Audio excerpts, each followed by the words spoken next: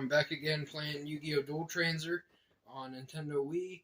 I'm going to be playing a video on a call for archives unofficial. It's called The Agenda Behind Kanye West and Alex Jones Praising Hitler. And we're going to talk about the takeover of the country that starts with an I, that has bagels, all that kind of stuff. And it all starts to make sense why things are allegedly happening, how they're happening, how it was all scripted, and what the ultimate goal is. And just what their teachings speak of. You know, these people control the media and whatnot, so that's exactly why all this is happening. And right as I do that, I clicked, I skip back.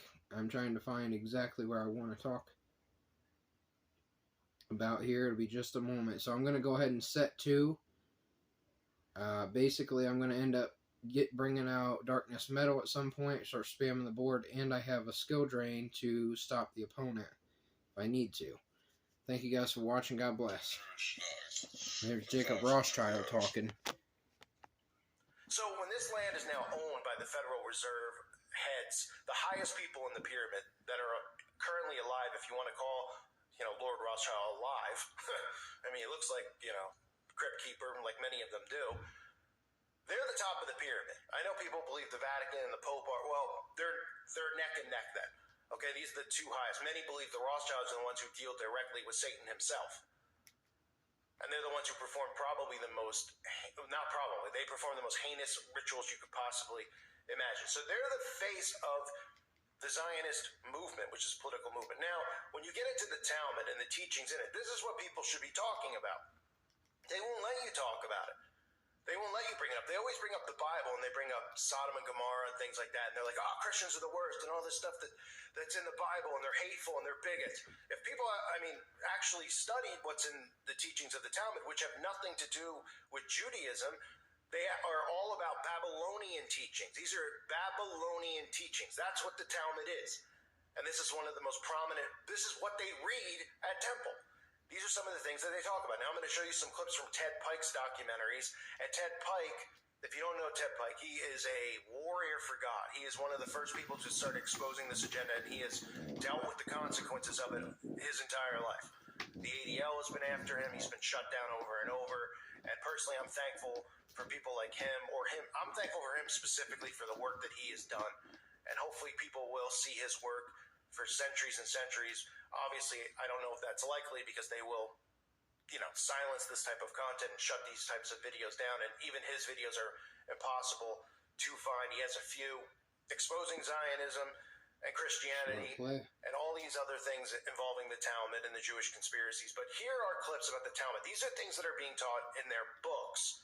And this is why they don't want you questioning them, because they don't want people learning of some of the stuff that's being taught, especially involving children. Treatise Sanhedrin, an extensive passage describes the right of the Pharisee to kill anyone, just as long as he did so indirectly.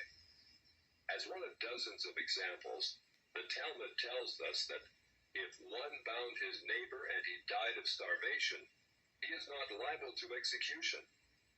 In such an indirect manner, the Pharisees also killed Christ. Manipulating the Romans to actually wield the spear and sword, the Pharisees claimed, as their descendants do today, that since the Romans were the direct cause of the death of Christ, it is the Romans, not the Jews, who are guilty. Christ also called the Pharisees adulterers, an adulterous generation. The Talmud provides generous loopholes for adultery. It says the penalty for adultery does not include sex with a minor, the wife of a minor, or the wife of a heathen. The Talmud also encourages seduction of unwed adolescent girls called designated bondmaids. But it's important how such rapes are performed. With the designated bondmaid, one is guilty only in the case of natural connection, but not in the case of perverse connection. The Pharisees reasoned that rape in a perverted manner is outside the jurisdiction of the law. Normal rape, however, was punishable. In Babylon, sexual perversion of every kind had been a way of life for millenniums. The Pharisees were deeply influenced by such practices. In three of the major treatises of the Talmud are extensive passages which give legal endorsement to seduce and marry 3-year-old baby girls. In fact, many of the greatest rabbis of the Talmud, including Simeon ben Yochai, upheld this privilege. Today in Israel, thousands of Jews go to Meron every year to venerate the memory of Simeon ben Yochai, one of the most respected rabbis in the history of Judaism. In one of dozens of endorsements of child sex, Simeon ben Yochai said, "A proselyte under the age of 3 years and a day is permitted to marry a priest." Agreeing with ben Yochai, the great Rabbah said, "When a grown-up man has intercourse with a little girl, it is nothing, for when the girl is less than this, 3 years and a day, it is as if one put the finger into the eye." The footnote to this passage says, "As tears come to the eye again and again, so does virginity come back to the little girl under 3 years." The same section confirms that sexual activity with small boys is in the same category. The intercourse of a small boy is not regarded as a sexual act. In addition to adulterers, Christ, in the story of the Good Samaritan, portrayed the Pharisees as racial bigots, too self-righteous to respond to the suffering of one who was not a Jew. It is true, because of the wickedness of the Canaanites, which included sodomy and infant sacrifice, Israel had been commanded by God to be harsh in her treatment of the inhabitants of the land. God made it clear that the Canaanites were not simply to be avoided, but destroyed. By the time of the New Testament, this method of preserving God's kingdom by separation and the sword had become obsolete. God no longer made a racial difference between men. But the Pharisees were unfazed by God's new agenda. The Talmud was finally written down nearly 5 centuries after Christ, yet its critical, even homicidal attitudes toward Gentiles might have been lifted out of the book of Joshua. However, the quickest way to grasp the Talmudic view of Gentiles is not directly from the Talmud, but from the Jewish encyclopedias. If we quote an isolated opinion from the Talmud, a rabbi may quickly object, saying, "But that is not the overall opinion of the Talmud. That is not the definitive view." What the Jewish Encyclopedia provides us is a definitive overview of perhaps hundreds of rabbinic statements on any subject, giving us accurate summaries of what the Talmud generally teaches. In its article on Gentiles, the Jewish Encyclopedia begins to define what makes a Jew so different from a Gentile. According to the rabbis, only Israelites are men. Gentiles they class not as men, but as barbarians. Since Gentiles are not men in the fullest sense, so the Gentile is not a neighbor of a Jew.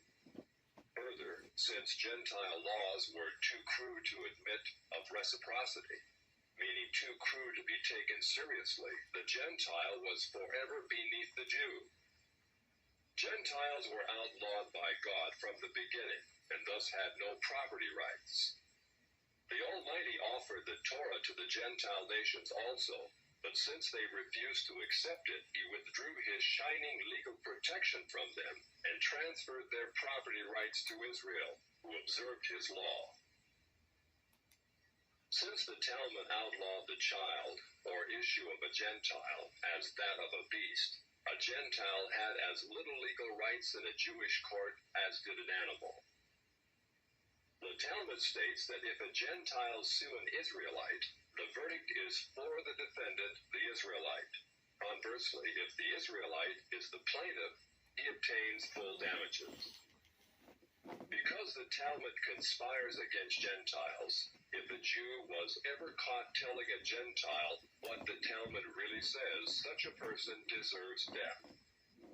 So vile was the nature of a Gentile that the great Simeon ben Yochai said, "The best among the Gentiles deserves to be killed. The best of snakes ought to have its head crushed." Jews, however, are exalted beings in the Talmud, worthy of praise. Christ described the Pharisee who blessed himself, saying, I thank thee, Lord, that I am not as other men. An eminent Talmudic rabbi says the same. Blessed be thou, who hast not made me a Goy, or Gentile. There was a special antagonism between the Talmud and Jesus. The Talmud attacks him everywhere it can, even his mother. Mary, the Talmud says, was a whore who mated with carpenters. She who was the descendant of princes and governors played the harlot with carpenters. It naturally followed that the scribes declared Christ to be a bastard. In its article on Jesus, the Jewish Encyclopedia says that Jewish writings defame Christ. It is the tendency of all these sources to belittle the person of Jesus by ascribing to him illegitimate birth, magic, and a shameful death. Jesus, according to this article, was considered one of the three worst enemies of Judaism who came to an ignoble end. The Talmud says they subjected him to 4 deaths: stoning, burning, decapitation, and strangling. The Talmud also says he is now in hell, punished with boiling hot excrement. What is Christ's advice as he speaks to us out of hell?